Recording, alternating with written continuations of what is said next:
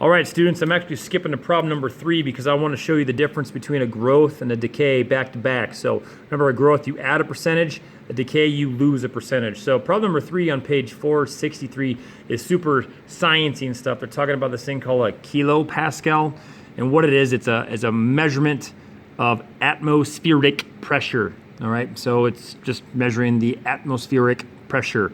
I'm liking the way I enunciate that, but anyway. Every single time you increase your altitude by 1,000 meters, okay, every time you increase your altitude by 1,000 meters, you lose 11.5% of this kilopascal measurement. So you start here, you lose this every 1,000 meters. Now, here's the thing that's crazy, friends.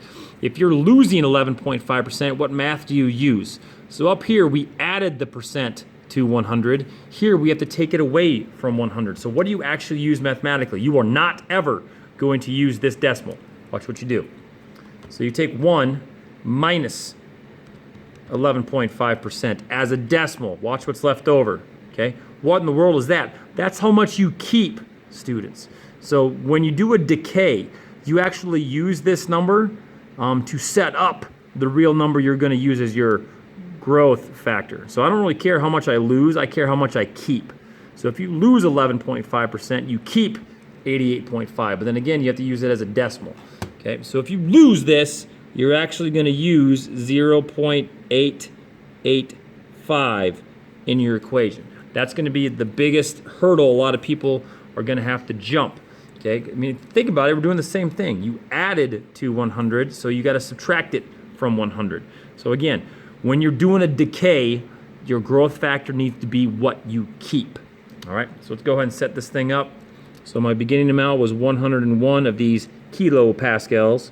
I'm going to take it times 0, oops, sorry, that should be a 0, 0.885. I'm going to take that to the power of x. And again, x is every single time I pass the 1,000 meter mark.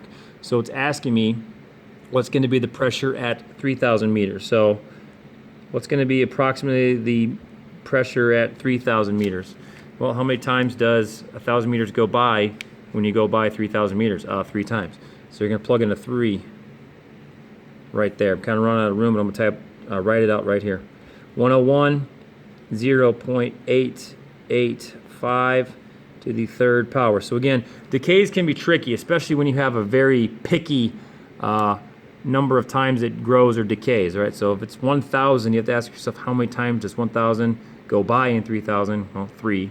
And then if you lose 11.5%, you keep 88.5. And you have to use a decimal. So very, very picky math. Not super complicated math, but just very, very picky math. Let's type this out really quick. Okay, 101. Oh, let me clear out my mess here. 101. Wow, come on, bro. There we go. 101.885. Now, in your calculator, you don't need the 0. Your calculator is smart enough. To the power of 3. What do you got here? About 70 on the dot. Nice. Cool. About 70 of these kilopascals. It's fun. That's a fun word to say. Okay, so there you go, friends. That's all you gotta do.